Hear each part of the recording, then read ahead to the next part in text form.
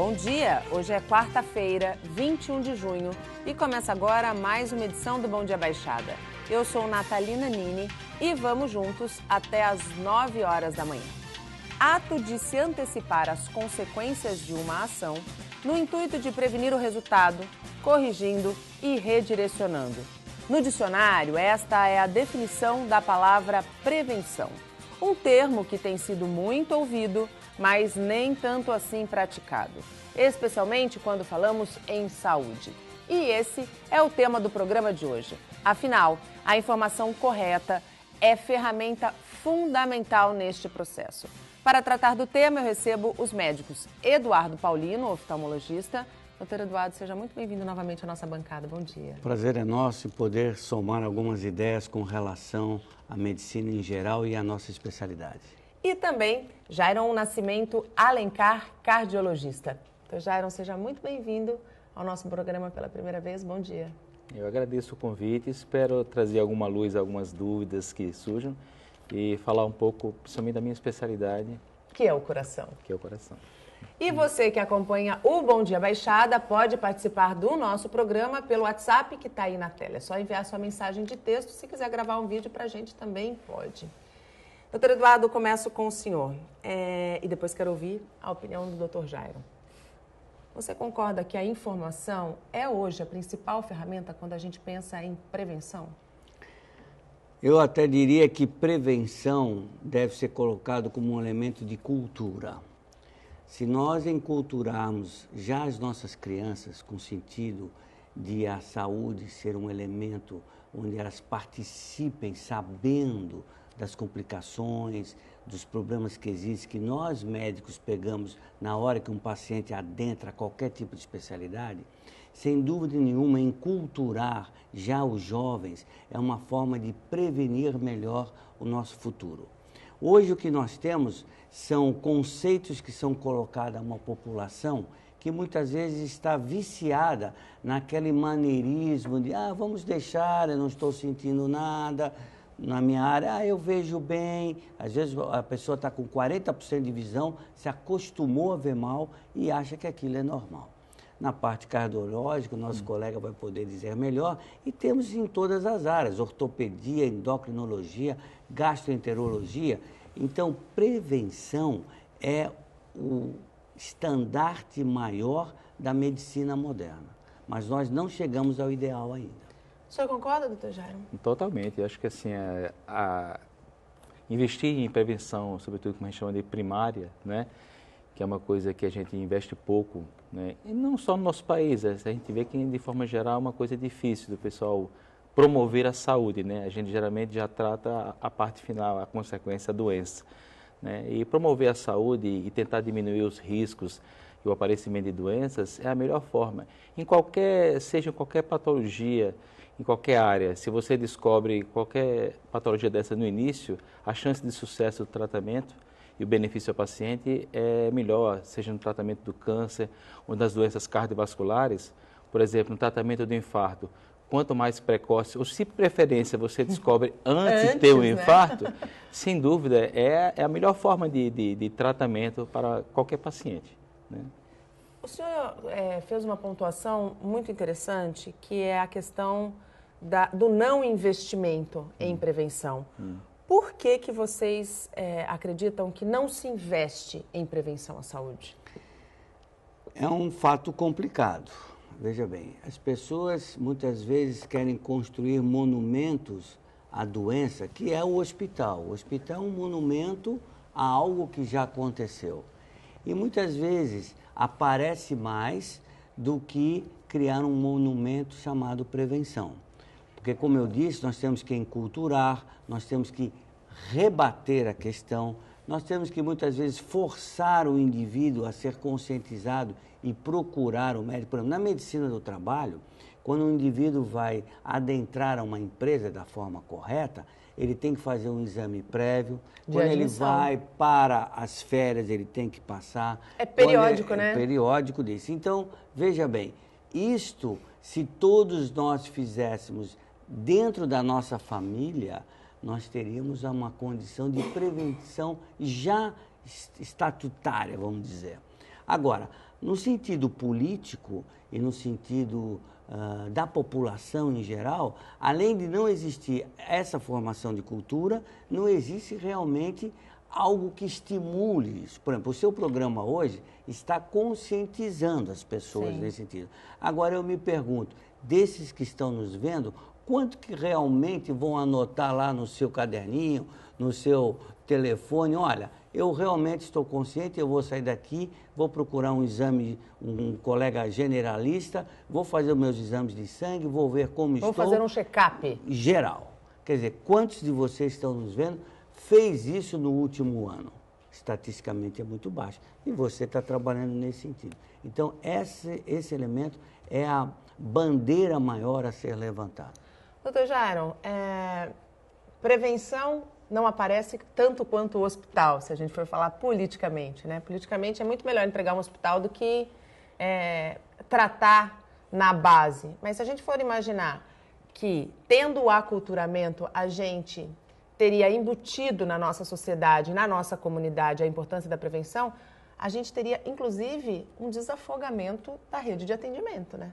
Ah, com certeza, né? Hoje em dia, se você focar, sobretudo, informação, como você falou, se houver interesse pela parte, né, sobretudo, da imprensa, os próprios profissionais enfatizarem mais, assim, a promoção, a saúde. Graças a Deus eu vejo que até nos planos de saúde, o pessoal já está fazendo um investimento, como, por exemplo, nosso convênio aqui, temos um convênio grande, que já promove a saúde, então já procura com os pacientes do convênio, né, já promover exercícios físicos, promover, então, a tentativa de redução de peso, né? Já prevenindo justamente, principalmente nas doenças cardiovasculares, né? Que, dessa forma, até vai reduzir o número de atendimentos, tanto em consultório como a procura nos hospitais. A saúde no Brasil não é prioridade, né, doutor Paulino? Olha, eu acho que a saúde é um problema mundial. Eu estava até debatendo com ele, mesmo nos países mais desenvolvidos, se tornou muito caro, porque a tecnologia cresceu muito e a tecnologia custa caro. A idade dos pacientes evoluiu muito. Hoje nós já tivemos até um debate aqui. O Brasil está virando um país de velhos, né? Então, na realidade morria-se, até foi debatido num outro programa, na idade média morria-se em torno dos 40 anos por causa de infecção. Na idade atual, morre-se muito por infarto, por câncer, por problemas diabetes, né, que o indivíduo descompensa. Mas o futuro, e nos países bem desenvolvidos, o indivíduo não morre, ele acaba. Quer dizer, ele chega à idade de 80, 90, onde a máquina vai parando. Então, é um quadro degenerativo. Agora, a manutenção disso tudo com a nova tecnologia é extremamente cara. Então, vocês pegam um país como os Estados Unidos, que está debatendo agora a questão de como é feito a ação do governo perante a população, o tal do Obamacare, que é um debate hoje quase que mundial. Então, o Brasil, que é um continente físico, mas um arquipélago social, é onde nós temos conceitos e capacidades de atendimento completamente diferentes, quer dizer, o estado de São Paulo... muito diferente do Acre, por exemplo. Exatamente, mas a população está dentro do país. Sem dúvida. Então, as doenças tropicais que atingem de uma forma muito intensa a nossa população, principalmente no Nordeste, e que ainda são doenças, vamos dizer, primárias. E que matam, né? E que matam de forma intensa. Quer dizer, tudo isso atinge de uma maneira que se torna muito caro. Além disso, existe aquela vontade real de se investir no tratamento. Mas essa conscientização vem desde então. Educação do povo, vontade do povo, educação dos políticos e vontade dos políticos. Isso não está muito bem atrelado. Aliás, está completamente desequilibrado, né? Especialmente no momento que o país está vivendo hoje, né? Então, assim, se a gente for pensar, vamos tirar do que foi surrupiado aí pelas investigações da Lava Jato. Se a gente pegasse 1/3 desse dinheiro, a gente poderia promover uma campanha nacional de prevenção contínua, né? Dava para a gente imaginar uma ação dessa, dessa, reforçando né? as cidades, realmente a gente está muito abaixo, inclusive de países vizinhos nossos, né? Diz que a média é mais ou menos o que é gasto com cada cidadão brasileiro, atualizado hoje, seria mais ou menos $947 ao ano, enquanto você vê países como a Austrália, que é em torno de 4.500, Canadá, 3.500, até o Uruguai, que está nosso vizinho aqui, é $1.027 ao ano. Gasta-se aqui no Brasil mais ou menos 3,8% do PIB, né, com a saúde, e você vê países como, por exemplo, o Chile, é 5,7%.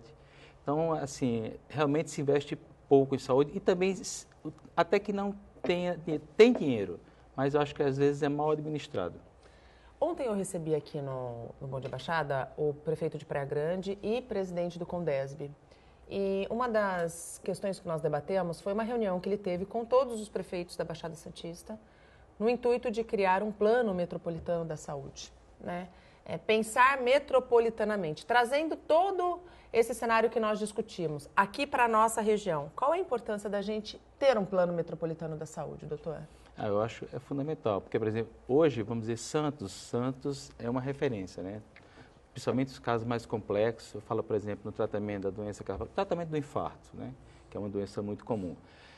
Se você pegar toda a Baixada Santista, dá mais ou menos 1,5 milhão, né, de habitantes, Santos está fazendo todo o tratamento cardiovascular, né? Sobretudo no atendimento primário de um paciente infartado. E você vê, por exemplo, cidades como Cubatão, aqui ao lado, que infelizmente, né, hospitais fechados. Então, tudo drenando para cá. Então, precisa realmente ter uma política para ver como é que vai realocar esses recursos, né? E como é que vai absorver todo esse pessoal. Não sei se Santos tem estrutura para isso. Eu acho que precisa ter uma política bem feita nesse sentido. Você concorda, doutor Eduardo, que é necessário um plano, pensar metropolitanamente na saúde da Baixada Santista? Bom, quando se fala o nome metropolitano, é um nome bonito, né? Lindo. É um nome forte, elegante. Os políticos sentam, vamos fazer na cultura o elemento metropolitano. Eu sou diretor cultural da Pinacoteca Benedito Calixto há 12 anos. Eu vejo a luta que é em todas as áreas. Então, o que precisa é baixar a bola, a pessoa ser humilde, ter consciência, saber que não é num mandato de 4 anos que vai resolver a questão, mas sim botar mão na massa. Eu escuto isso há muito tempo, que é fundamental, ninguém precisa ser lógico ou um pouco mais inteligente para ver essa situação. Realmente Santos levanta o estandarte de segurar toda a região, porque existe um comodismo menor. Sim, nas nossas cidades. Nós temos as universidades, nós temos médicos bem formados e tal. Agora, eu pergunto a você, o que foi feito por estruturas mais ricas, prefeituras ricas, que nos cercam? Nada. Foi feito hospital, aquele que eu falei, monumento à doença, que não tem dinheiro para funcionar. Para custeio. Não adianta construir e não ter como custear, né? Então, vamos lá. Quando as pessoas conversam, quanto custa um indivíduo internado num leito de UTI? Se nós pegarmos hoje, por exemplo, um problema mundial, as crianças que deixaram de andar de bicicleta, de patinete, de jogar taco para ficar jogando botãozinho na televisão, e isso é um problema mundial, né? Eu estou vendo aqui nosso cameraman mexendo ali no iPhone o tempo todo. Então, você veja, essa é a cultura atual. E o que acontece com isso? Acontece obesidade precoce, as crianças pré-diabéticas, acontece as crianças já com tendência de hipertensão, colesterol elevado. Problemas de visão. Problemas de visão. E que isso é mundial. Estados Unidos, as crianças, Sim. Você vai lá na Disneylândia, os moleques tudo gordo. O que acontece? Isso é um fator que a população está vivendo. Então, está tudo errado. O sentido da metropolização é fundamental, mas é uma coisa que está numa retórica muito grande e que, infelizmente, é necessário, mas não sai do papel. Eu acho que justamente até para desafogar, sobretudo, a nossa rede hospitalar, é enfocar na parte da informação. Eu acho que a gente poderia utilizar, até como ele falou, universidades, nós temos a nossa sociedade regional aqui, no caso da cardiologia, que já tem um programa feito de começar a treinar profissionais de saúde por exemplo, a como atender o paciente com a suspeita de infarto. No primeiro atendimento. No primeiro atendimento. Isso aí, a gente vê que isso é muito importante porque a gente vê que aqui na Baixada, e teve até uma matéria recente, que o nosso índice de mortes por foi é o maior do estado de São Paulo. Quer dizer, a gente vive numa cidade onde, teoricamente, se tem a melhor qualidade de vida e se morre mais por infarto. Pois parece até um contrassenso, né? E o pessoal sempre fala a idade. Exatamente. A idade, não, porque nós temos população mais idosa. Velha. E não é só isso, né? A gente tem visto que a doença, mesmo em pacientes abaixo de 60 anos, ela é muito prevalente aqui. E o que é que a gente tem observado? É que, assim, que o número de internações por infarto, por diagnóstico de infarto, é baixo em relação. Então, o que é que está acontecendo? Não está se fazendo diagnóstico. Então, não se fazer um diagnóstico, não se faz tratamento. Falta qualificação. Então, falta qualificação. Aí também, paralelamente, pode fazer, aí tem que ser campanhas assim, regulares, muito frequentes, para orientar, inclusive os pacientes, né? Porque uma coisa que é difícil também, por exemplo, a gente fala agora da idade. Às vezes não é tão fácil reconhecer o infarto numa pessoa com uma idade mais avançada, por problemas demenciais, por problemas, dificuldades às vezes de fala, de audição. Muitas vezes o paciente não deixa claro o que realmente ele está sentindo. Então tem que ter uma expertise, o profissional ele tem que ficar muito atento a alguns sintomas, como às vezes uma falta de ar inexplicada, um mal-estar assim, inexplicado, e ali já pode ser um infarto em evolução. Então, o treinamento e orientação da população é fundamental. E isso tem que ser feito assim, continuamente, rádio, televisão, até a coisa viralizar. Não são só campanhas sazonais, né? Por exemplo, como a dengue, quando está o período da dengue, o chikungunya, a zika. A gente tem que estar falando de saúde o tempo todo, porque ela é atividade fim, ela não é meio, ela é fim. Né? Ninguém consegue trabalhar, ninguém consegue ter uma qualidade de vida se está doente, não é verdade? Com certeza, acho que saúde tem que ser pensada dessa forma. É que, como o doutor Eduardo Paulino bem falou, quer dizer, na verdade a saúde parece que não é um bom investimento, né? Acho que investir na doença, o investimento é mais interessante, o retorno é maior, tanto para os hospitais, plano de saúde. Nós temos aí uma indústria farmacêutica bem interessada. Uma coisa que a gente tem observado muito na nossa região, o pessoal até brinca, ó, se você passar o final de semana fora, pode ser quando você volta e tem uma drogaria, na sua residência. A gente tem visto um crescimento enorme de vários estabelecimentos aqui que foram até fechados. Sim. E no lugar foram implantados farmácias. Quer dizer, isso mostra que nós temos uma população doente e que é muito melhor, o pessoal prefere tomar 6, 7 ou mais comprimidos ao dia do que fazer exercícios, mudar hábitos alimentares, parar de fumar, tratar doenças como diabetes, hipertensão, né? Então, é mais fácil, é mais cômodo. Né? A gente tem que sair desse comodismo. Antes do intervalo, eu vou fazer uma pausa no bate-papo aqui com os médicos Eduardo Paulino e com o Dr. Jairon para falar de um evento que vai arrecadar recursos para a Casa da Esperança de Santos. É o Arraiá do São João da Esperança. Quem tem as informações é a repórter Bianca Midledge. O convite custa R$ 50 e dá direito ao prato principal, sobremesa e bebida. Quem vai dar mais informações para a gente é o Charles Dias, que é presidente da Casa da Esperança de Santos. Charles, alguns restaurantes famosos que estão participando aí, é isso mesmo? Sim, exatamente. Várias parcerias muito bacanas que vão ajudar muito e contribuir para que o evento seja assim, um sucesso. Então, assim, pratos salgados, coquimbos, com a pizza, a base com hambúrgueres e alguns pratos do Outback. A parte de doces, a Joinville, doceria, Brunella, e a parte de bebidas com a Adega Santistas em Catalina. Além de ser uma festa típica, tem também tem ingredientes que vai atender aí, o público mais jovem, com bandas, 4 tipos de bandas, DJs e eventos tradicionais, como o touro mecânico, barraquinhas de prendas. E a programação começa com uma missa na Igreja Santo Antônio do Imbaré e depois segue em procissão ali para a Pinacoteca, é isso mesmo? Exatamente, 18 horas a missa ali na Basílica do Imbaré e aí em seguida um cortejo, aonde será então da abertura oficial do evento, que vai ser na Pinacoteca a partir de 19 horas e a festa deve se estender até 1 da manhã né, com muita empolgação e muita alegria, né, para todos, todo mundo, todos ajudando a Casa da Esperança de Santos. Muito obrigada pelas suas informações, então fica o convite. Na sexta-feira, às 7 horas da noite, ali na Pinacoteca Benedito Calixto, que fica na Bartolomeu de Gusmão, número 15, ou pela entrada na Avenida Epitácio Pessoa, número 100. E além de todos esses restaurantes, tem também o De Boa, com o famoso açaí. Olha, quem puder participar, quem puder ir ao Arraiá, não vai apenas encontrar boa comida, música boa, gente bacana. Vai contribuir para um projeto extremamente sério. A Casa da Esperança de Santos atende quase 300 crianças e adolescentes com comprometimento neurológico, tudo de graça. Então você vai estar, além de se divertindo, fazendo o bem também. E a comunidade católica da região vive um momento especial.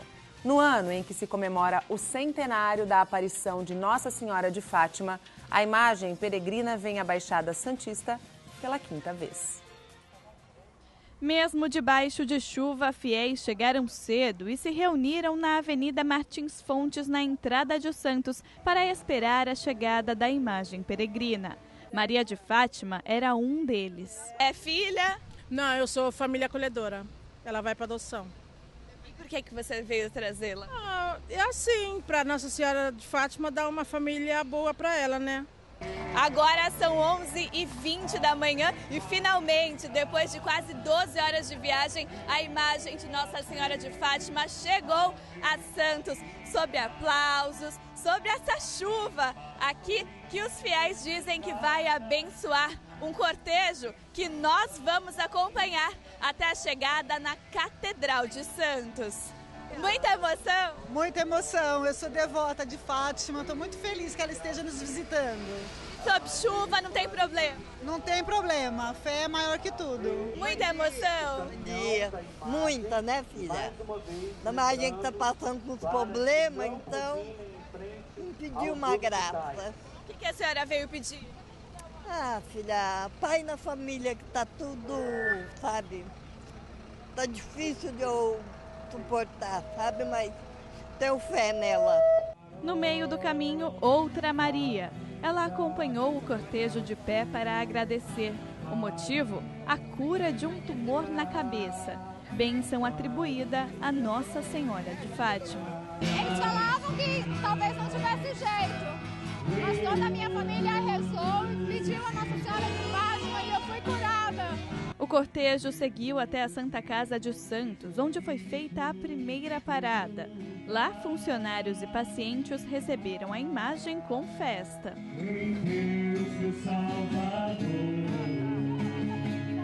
O ano passado eu estive lá em Fátima e é uma bênção, está novamente vendo a imagem, eu me emociono, porque eu sou muito católica, muito religiosa, tenho muita fé em Nossa Senhora. A segunda parada também foi para abençoar enfermos. O local escolhido foi a Beneficência Portuguesa. Viva Nossa Senhora de Fátima! Viva! O Senhor esteja convosco! De lá, a imagem seguiu até o destino final. No caminho, fotos e recordações da passagem da Santa. Na Catedral de Santos, fiéis já aguardavam a chegada da imagem peregrina, recebida com uma chuva de pétalas de flores. Viva Nossa Senhora de Fátima! Viva! A imagem peregrina vai ficar na cidade até o dia 13 de julho, quando segue para a Espanha. Aqui na região vai percorrer 10 paróquias, em Santos, Guarujá e Cubatão. A importância, então, da vinda de uma imagem peregrina aqui para a região, bem no ano do centenário de Nossa Senhora de Fátima. A imagem peregrina, veja que coisa bonita. Quando Nossa Senhora aparece em Fátima, logo depois, a irmã Lúcia, que foi uma das videntes, ela diz para um artista como ela tinha visto Nossa Senhora. Então ele faz como a descrição dela. Esta imagem é chamada imagem capelinha, que está lá no santuário e de lá não sai. Depois, no final da Segunda Guerra Mundial, um padre de Berlim, ele pediu então que Nossa Senhora pudesse percorrer, que tivesse uma imagem para que pudesse levar a mensagem de paz de Nossa Senhora para o mundo que estava destruído pela Segunda Guerra Mundial. Então aí nós temos uma nova descrição da irmã Lúcia, e é feita uma outra imagem. Esta é a primeira imagem peregrina. Só que daí começaram a aparecer vários pedidos do mundo inteiro para que houvessem esta visita da imagem peregrina. Então foram feitos mais 12. Então nós teremos 13 imagens peregrinas e mais a imagem capelinha.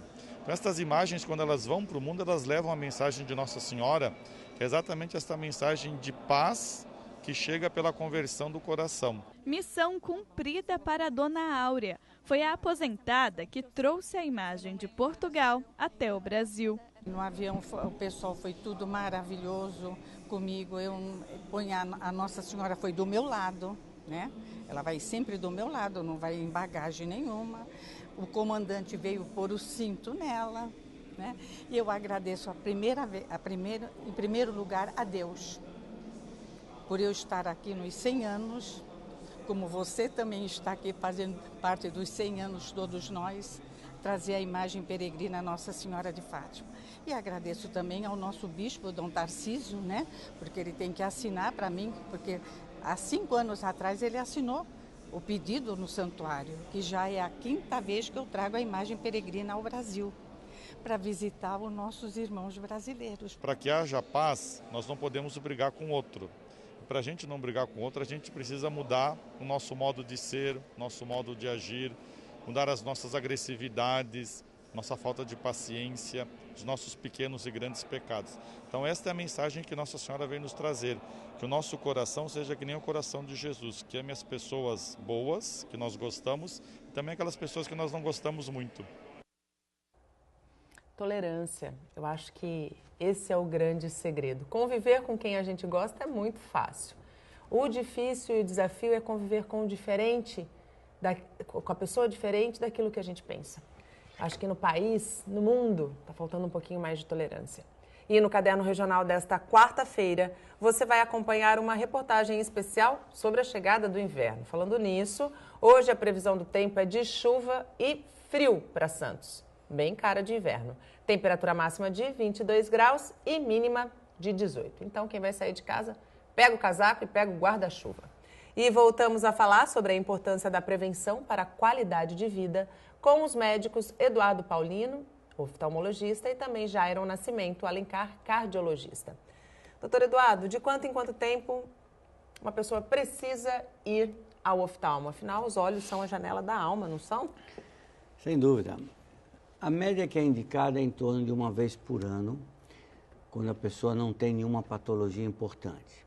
Se ela sofre de alguma doença, tipo glaucoma, por exemplo, que requer um acompanhamento mais próximo, pode até ser, às vezes, indicado cada 3 meses, para saber se o efeito da medicação está controlando a pressão interna dos olhos, que é o fator principal no glaucoma. Se ela sofre de alterações como diabetes, pelo menos cada 6 meses é até interessante, porque as mudanças no fundo do olho pelo diabetes são bem definidas, podendo surgir hemorragias súbitas, trações na retina, edemas, inchaços no fundo dos olhos. Se ela tem uma catarata, a coisa é um pouco mais lenta, então talvez dentro de um período de 1 ano é viável. Se a pessoa tem alterações como na motilidade dos olhos, dificuldade, cansaço ao ler, independente do grau, às vezes exercícios ortóticos são importantes, tendência de olho seco, doenças sistêmicas que atingem os olhos. Mas, basicamente, 1 ano. Uma coisa que é importante ser dita é que, às vezes, as famílias não levam as crianças em tenra idade para ser avaliada. Você pode ter uma criança aparentemente normal em casa, vê bem televisão, brinca, mas pode ter, por exemplo, 8 graus de miopia num olho e nada no outro. Então, socialmente, é uma criança normal. É aquilo que o senhor falou, se acostumou a ver mal, Se acostumou a ver mal. E a pessoa de idade também, é o reverso. Então, ela foi perdendo a visão gradativamente. Hoje, ela convive com 40% de visão e acha que está tudo bem. Por quê? Não foi uma perda súbita, foi uma perda lenta e gradativa. E hoje, como a pessoa de idade já está mais solta, né? Sai, se diverte, dirige. Às vezes eu atendo alguns pacientes e eu pergunto assim, o senhor anda em que rua? Ah, eu dirijo muito por aqui, então me diga porque eu vou andar na outra, porque realmente o senhor não tem mais condição de fazer isso. Não, mas eu passei o exame, mas o senhor passou há 10 anos atrás, então calma. vamos resolver essa questão. Crianças, o senhor tocou num ponto muito importante. A partir de que idade a criança deve ir ao oftalmo? 1 ano, 2? Então, veja bem, as pessoas acham que como vão ao médico e estão acostumados a ter que ler letrinha, não é, para fazer o grau, nós não precisamos nada disso.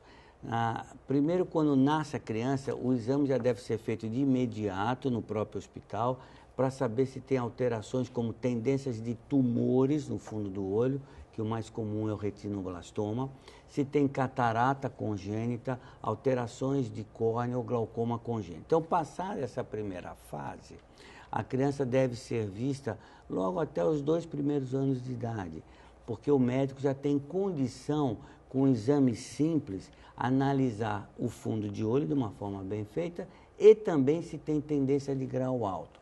Por exemplo, a criança se nasce com um grau altíssimo de hipermetropia, que é o oposto da miopia, essa hipermetropia vai poder levar ela a desenvolver um estrabismo chamado refracional, que se ela colocar um simples óculos, vai evitar isso. E pior do que isso, o não uso correto vai transformar esse olho num olho chamado amblíope, que é um olho que não aprendeu a enxergar direito. Nós precisamos de luz e forma na imagem dentro dos olhos para desenvolver o elemento neurológico entre o olho e cérebro. É a mesma coisa que eu amarrar um braço e deixar 10 anos amarrado. Na hora que eu soltar esse braço, ele não vai saber pegar um copo d'água, por exemplo. O olho é a mesma coisa. Se ele tem um grau muito alto e não foi determinado, ele vai ter uma anatomia normal, mas funcionalmente pode estar enxergando só, por exemplo, 10%. Daí a importância do exame em tenra idade. Dos olhos para o coração. A hemodinâmica é a área que estuda as obstruções da artéria do coração e também o funcionamento das válvulas do músculo cardíaco. Que exames devem ser feitos quando a gente pensa em prevenção de saúde do coração? Doutor? Bem, como eu disse, né, diz que a doença cardiovascular já começa, genética, né? A maior parte tem um componente genético. Mas, falando em prevenção, se você, por exemplo, já tem na sua família casos, né, de infarto, ou derrame cerebral, né, um acidente vascular cerebral, em pessoas para abaixo de 60 anos, seus pais. Então é importante já na faixa etária em torno dos 28 a 30 anos, você já começar a fazer alguns exames para encontrar aqueles fatores de risco que aumentam a possibilidade de doenças. Então, você fazer exames laboratoriais para encontrar, ver se você tem taxas de colesterol elevadas, né, rastrear o diabetes, né, algumas doenças como anemia, doenças da tireoide também, que aumenta o risco de doença cardiovascular, né, problemas também renais. Né. Então, através dos exames laboratoriais, você já pode rastrear uma série de doenças que podem aumentar o risco de doença cardiovascular. E, além disso, nós temos os exames cardiológicos, propriamente ditos.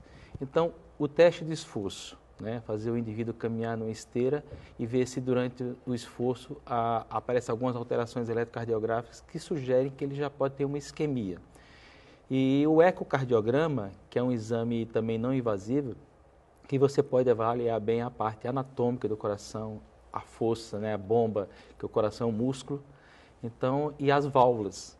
Então, através de exames, basicamente exames laboratoriais, um teste de esforço e um ecocardiograma, você já pode ter uma boa visão, fora um exame clínico bem feito, né, uma anamnese, você já consegue rastrear aqueles pacientes de maior risco para doença cardiovascular. E assim como a oftalmologia, a frequência ao cardiologista deve ser anual também? Se o paciente é um paciente completamente rígido, jovem, não tem nenhum grande fator de risco, né, vai muitas vezes só para um check-up, então uma vez é suficiente. Agora, se detectado algum tipo de alteração, por exemplo, já no primeiro check-up, como por exemplo, alterações das taxas de colesterol, então, dependendo deste valor ou do risco do paciente, então vão ser sempre adotadas medidas higiênico-dietéticas, né? Então vamos estimular a exercícios, a ele mudar hábitos alimentares e algumas vezes temos que iniciar o tratamento medicamentoso. Então, nesse paciente, você tem que atingir metas, bem como o tratamento da hipertensão, da diabetes. Para você ter o benefício, e é isso que não acontece hoje em dia. O paciente fala assim, eu estou tomando remédio, mas ele não sabe se está sendo eficaz. né? A gente sabe que menos de 5% daqueles pacientes que tomam medicação atingem as metas. Por exemplo, a famosa pressão arterial ideal, 12/8. É mínimo o número de pacientes que realmente estão bem controlados, né? Bem como também o controle de diabetes e outra coisa. Então, nesses pacientes, você tem que fazer muitas vezes um controle trimestral. Alguns pacientes que têm patologias mais graves, que já desenvolveram complicações cardiovasculares, muitas vezes você tem que fazer retornos bem precoces, né? Porque é uma doença dinâmica e você tem que, às vezes, antes de evitar, por exemplo, uma internação, se você fizer consultas mais frequentes, tentando estabilizar o paciente, pode diminuir o risco de uma internação. E pode dar, tanto do ponto de vista da visão, quanto do ponto de vista do coração, qualidade de vida para esses pacientes todos, né? Com certeza, com certeza. E agora vamos falar de emprego. Já estão abertas as inscrições para o concurso público da Prefeitura de Santos. Quem tem as informações é a repórter Ione Furukawa. São 324 vagas com um salário de R$ 1.200, 174 postos de agentes comunitários de saúde e 150 de agentes de combate às endemias. O nível de escolaridade exigido é o ensino fundamental completo. Sobre esse assunto, eu converso agora com o secretário de Gestão, Carlos Teixeira Filho. Olá, secretário, fala pra gente. As inscrições vão até o dia 20 de julho? Exatamente. As inscrições abriram no dia de hoje e vão até o dia 20 de julho. Através do site, né, do IBAN, IBANSP, -concursos.org.br. O nosso portal de transparência também aqui da Prefeitura, tenha todas as informações. Então é importante também aqueles que não podem pagar a taxa, né, que é de R$ 56, até quinta-feira, das 10 às 16 horas, na Arena Santos, levar documentação, a questão comprovando desempregado, né, a questão do doador de sangue, ou realmente com a necessidade da isenção, né, provando isso através de documentos, consegue então se inscrever. E qual é a exigência específica para o agente comunitário de saúde?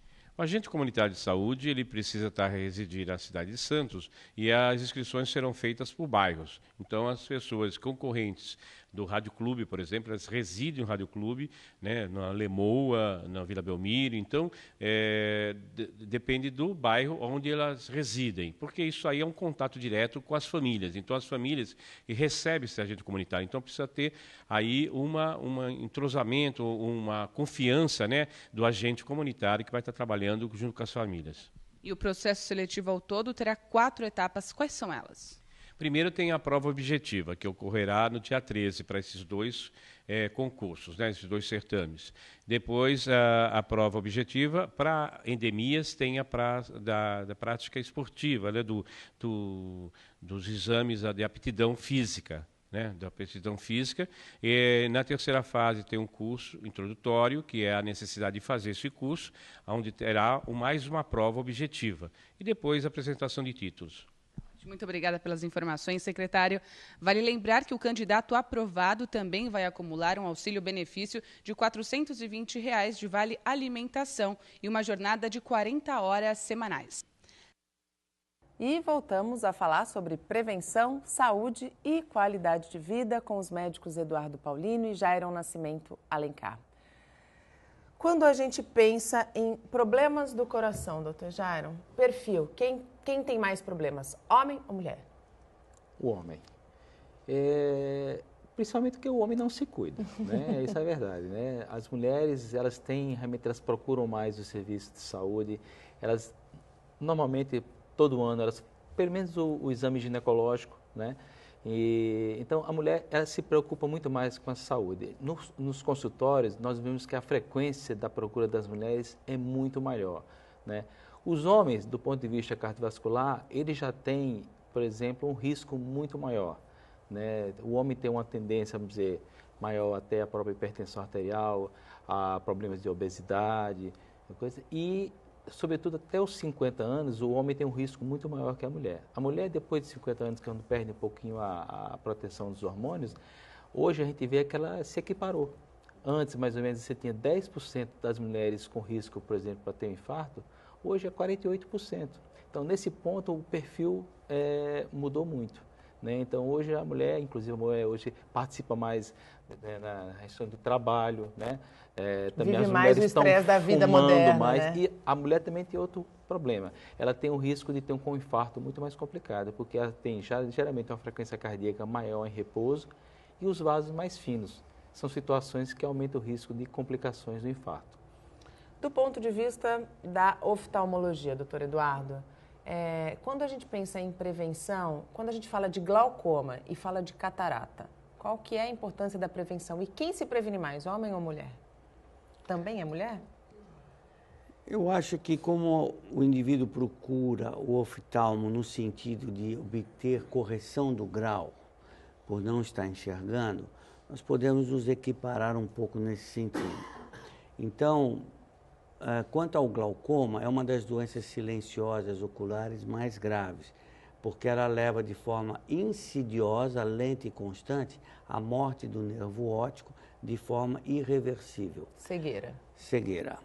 E é detectado num simples exame de rotina, como, por exemplo, tirar a pressão dos olhos, analisar o fundo do olho através do oftalmoscópio. Aí sim nós caminhamos à frente e podemos, então, controlar com o uso de colírios, quando isso não funciona, com o uso de laser aplicado especificamente para isso, e quando não, cirurgia. A catarata é uma patologia lenta e constante, também podendo levar à forma de cegueira. É a maior causa de cegueira reversível no mundo.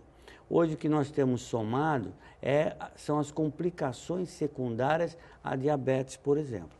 O diabético, o endocrinologista consciente, tem que sempre encaminhar para análise de fundo de olho, porque o que acontece com os vasos no fundo do olho? Eles têm microobstruções, microhemorragias, perda de líquido para a retina, levando a edemas, inchaços, má vascularização local e crescimento de tecidos anormais que tracionam e descolam a retina, levando à perda de visão.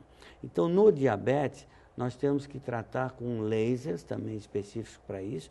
Hoje nós temos injeções intraoculares que não doem nada e estancam o avanço da doença. Agora, é que nem estamos comentando, o indivíduo às vezes já chega na fase final do diabetes, eu não estou vendo bem, teve hemorragias recidivantes, e aí o tratamento se torna difícil. Mas eu acho que pela necessidade de procurar para a correção óptica, o indivíduo já é visto como um todo. Aí é um problema que está surgindo no país, que é a tentativa de se entrar a optometria, que é aquele negócio de receitar o óculosinho na esquina, o indivíduo sai, mas o óculos, a receita do óculos, dentro da consulta oftalmológica é um ponto, não o ponto. Exatamente. O ponto é analisar anatomicamente os olhos, analisar sua motilidade, o exame externo, a córnea, o cristalino, o fundo de olho, a pressão e, entre outras coisas, receitar o grau.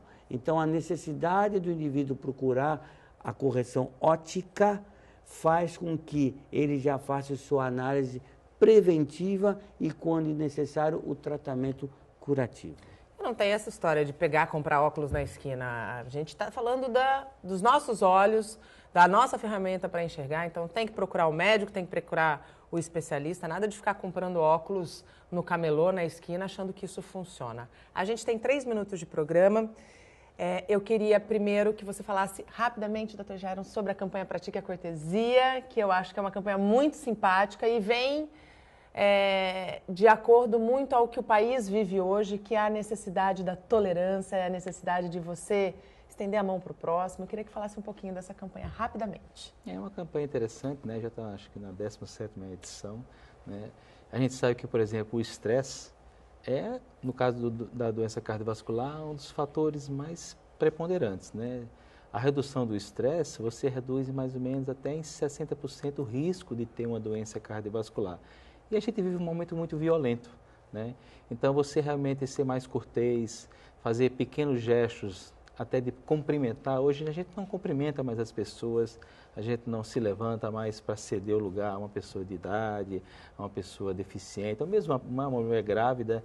Então, esses pequenos gestos, né, de ceder lugar a uma pessoa, né, ou ajudar uma criança, ou alguém que está com dificuldade, isso tudo faz bem. Isso, inclusive, como diz assim, é como um exercício físico que libera tal endorfina, né, que é aquele do prazer, de você relaxar, e com isso você também reduz a tensão sobre o coração e diminui o risco de problemas cardíacos. Muito obrigada pela participação do senhor aqui no nosso programa, viu, doutor Jairon? Seja sempre muito bem-vindo. Eu que agradeço o convite. E antes também de acabar aqui com o nosso programa, eu quero que você deixe um convite para o Pocket Concert que começa hoje na Pinacoteca, rapidamente. É um prazer, na qualidade de diretor cultural da Pinacoteca Benedito Calixto, estamos lançando um novo projeto chamado Pocket Concert, onde teremos concertos pequenos todo mês. E temos a honra de ter o início desse projeto hoje, é gratuito, na Pinacoteca, que todos conhecem, com o Quarteto de Cordas Martins Fontes, que já é uma marca não só da nossa cidade, mas dentro do nosso estado, que está ao nível de Brasil. Muito obrigada, doutor Eduardo Paulino, pela participação do senhor novamente aqui no nosso programa. Eu que agradeço, uma vez parabenizo a você pela forma leve e profissional com que você leva esse programa, que traz um bom dia a todos nós. Muito obrigada. Amanhã nós vamos bater um papo com o prefeito de Cubatão. Se você tem alguma pergunta, já pode enviar para o nosso WhatsApp. Eu volto às 8 horas da manhã.